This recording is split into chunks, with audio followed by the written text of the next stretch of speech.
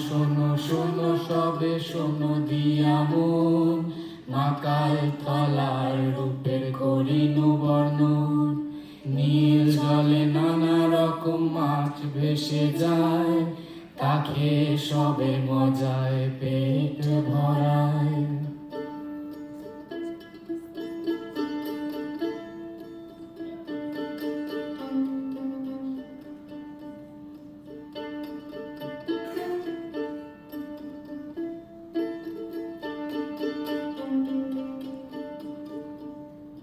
চারিদিকে আছে হরেক রকম পাখি, প্রজাপতি গাছেদের কাছে আমি থাকি।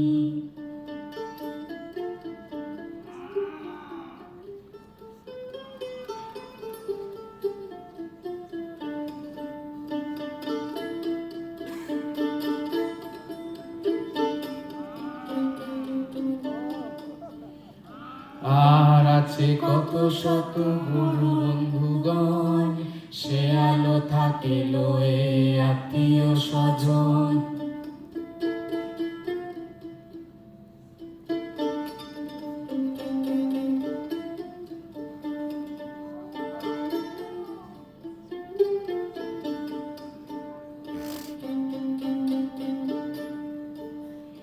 তারই সাথে বাস করে চাষি ভাই বোন, একত্রে খুশিতে করি জীবন যাপন।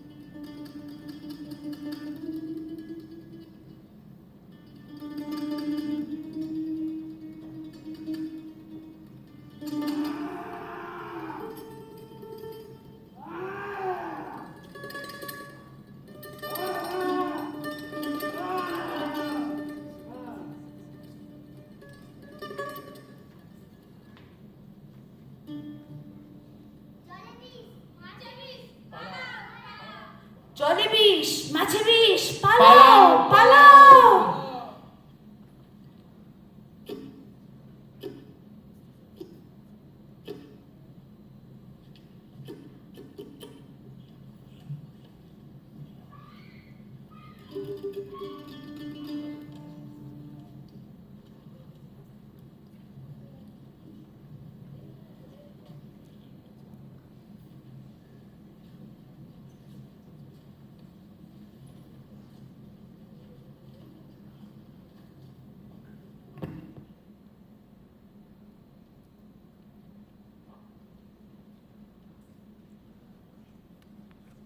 ছিল এক গ্রাম, হতো মাছ চাষ ধান, লেদার কারখানা করলো সব ধ্বংস।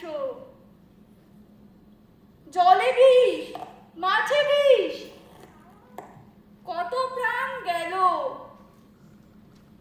পাখিদের কি মতামত শুনি তবে চলো।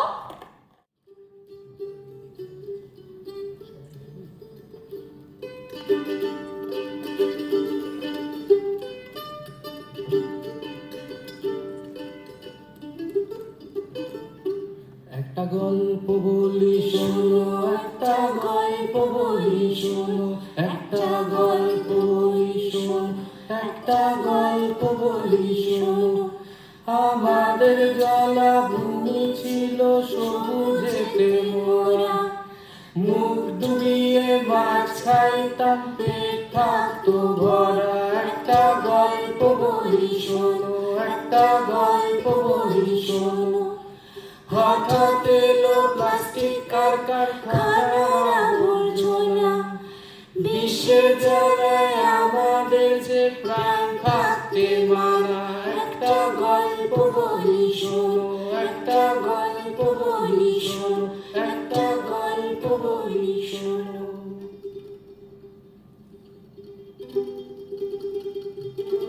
আরে ও সুন্দরী ফটিক মাসি, কোথায় চললে? আর তোমায় এত চিন্তিত দেখাচ্ছে কেন? কে?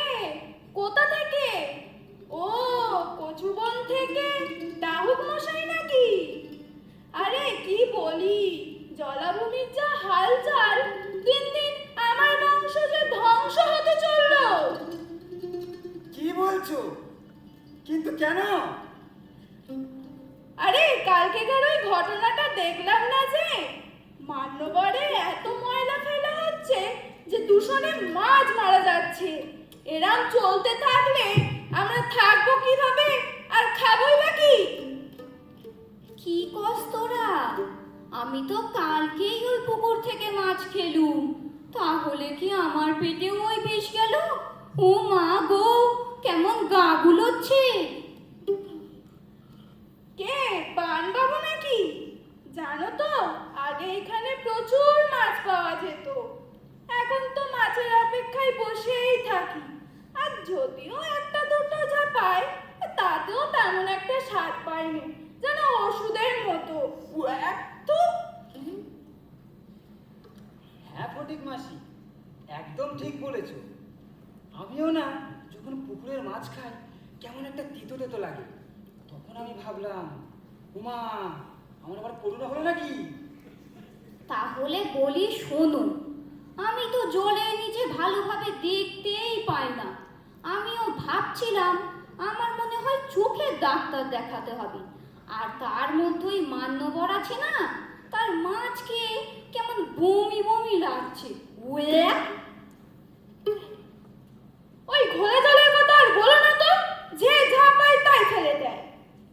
একবারে 100 বার ডুব দেওয়ার পর একবারই মাছ পাই। আর প্রতিবারের মতো আমার এই ধবধবে সাদা রংটা ময়লা হয়ে যাচ্ছে। দূর, ভালো লাগে না।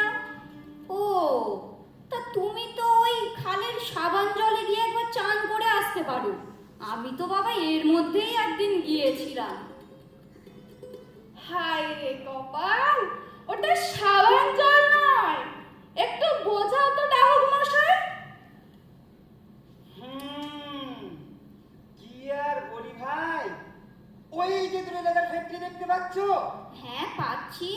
ওখানকার বর্জ্য কেমিক্যাল জল এই লেদার ফ্যাক্টরিতে পড়ছে, এই মাখালতলা গ্রামে পড়ছে, এবং তারই কেমিক্যাল থেকে ফেনা তৈরি হচ্ছে। কি বলছো কি?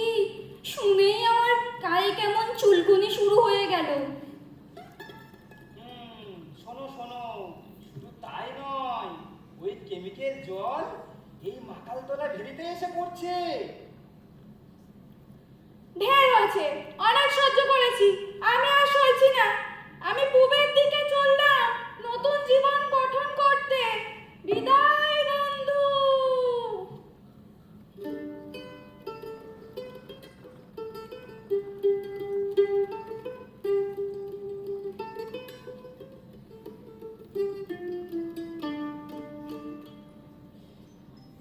বিদায় ফটিক মাসি, আমাদেরও হয়তো তোমার পথ কোনো একদিন নিতে হবে। আরে বাবা, ওই পথে পড়ে যেও, আমার চুলকানি যে থামছেই না। আগে আমায় ডাক্তারখানায় নিয়ে চলো। অনেকক্ষণ ধরে তোমাদের অনেক কথা আমি শুনছি, তবে কথাগুলো সত্যিই যুক্তিযত। আমারও মাঝে মাঝে ভয় হয় এই পরিস্থিতিতে একদিন আমাদেরও এই জায়গা ছাড়তে হবে। কি বলছো গো? শুনেই আমার পেট গুড়গুড় করছে। তাহলে কি আমাদের জলাভূমির সঙ্গে সঙ্গে আমাদের হংস বংশ ধ্বংস হতে চললো? আরে থামো তো! এই সমস্যা শুধু তোমার বা তোমার বংশের নয়, এই সমস্যা সবার।